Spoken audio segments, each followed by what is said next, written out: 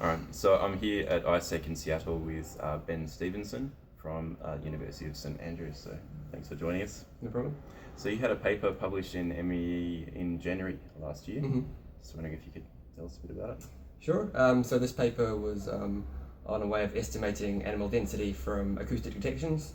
So the basic idea is we go into the field, we put some microphones down in the survey area, and we record the calls of some kind of species. And from those data, we estimate animal density. So there are a few difficulties with that. Partly, you don't know where the source of the sounds are, so that makes it difficult to estimate density. And secondly, when you hear two different sounds, you don't know if it's two different sounds from the same animal or two different sounds from different animals. So you don't even know how many animals you've detected in total. So the method we used is a spatial capture-recapture method, which turns out to be really useful for acoustic data because it deals with the uncertainty in the detection locations or the locations of the sound sources, and also is capable of estimating density. Okay, cool. So who should read the paper? Anyone who's looking at estimating density from acoustic signals. There are a few restrictions to the method at the moment. We have to assume the sound sources are still, but for example, the data that motivated the problem were on frogs near Cape Town in South Africa. These guys are really small, they're about the size of your little fingernail. They live in all this vegetation, so they're really difficult to find, difficult to trap, so it's really difficult to do things like distance sampling or capture-recapture, but they're super easy to hear. So when you've got kind of these visually cryptic species, but you can hear them all over the place, this kind of method could be useful. Yeah, sounds good. Yeah, so what's your position at St Andrews? I've just started a postdoc. I've just finished my PhD earlier this year. Yeah, right. So I'm working at St Andrews as a postdoc for this year. Oh, cool. And so what are you doing? So what I'm doing at the moment is sort of related to the problem I was talking about before with the frogs, or not with the frogs, but with the method in general that was published in MEE, where if you hear different things, you're not sure if you're hearing the same thing a lot of times, or a lot of things once each.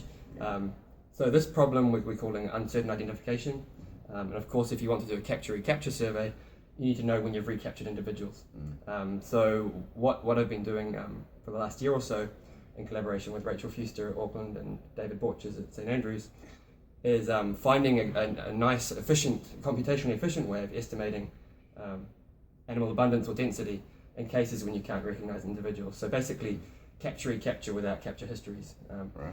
The reason that's quite difficult is because if you use a maximum likelihood approach, you often have to come up with all the possible identities animal could have had and kind of sum across all these possible combinations, and this number of combinations quickly gets out of hand for computation, where you end up with millions and billions of possible combinations. And likewise, if you're doing a Bayesian approach, you have to sample across these. So these two approaches just don't work when you have a lot of data and you have a lot of uncertain identification. So our method is a way of getting around that, and we can generally fit models in a matter of seconds. Right.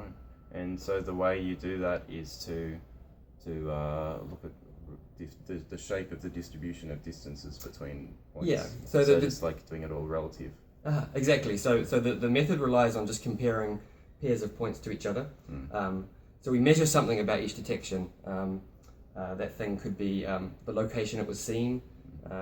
We're hoping to generalize things to how much the animal weighs or how long it is, or any kind of information you collect about each animal you detect. The idea is if you detect that same animal later on, some property of these detections will be quite similar, or at least more similar than two different detections from two different animals.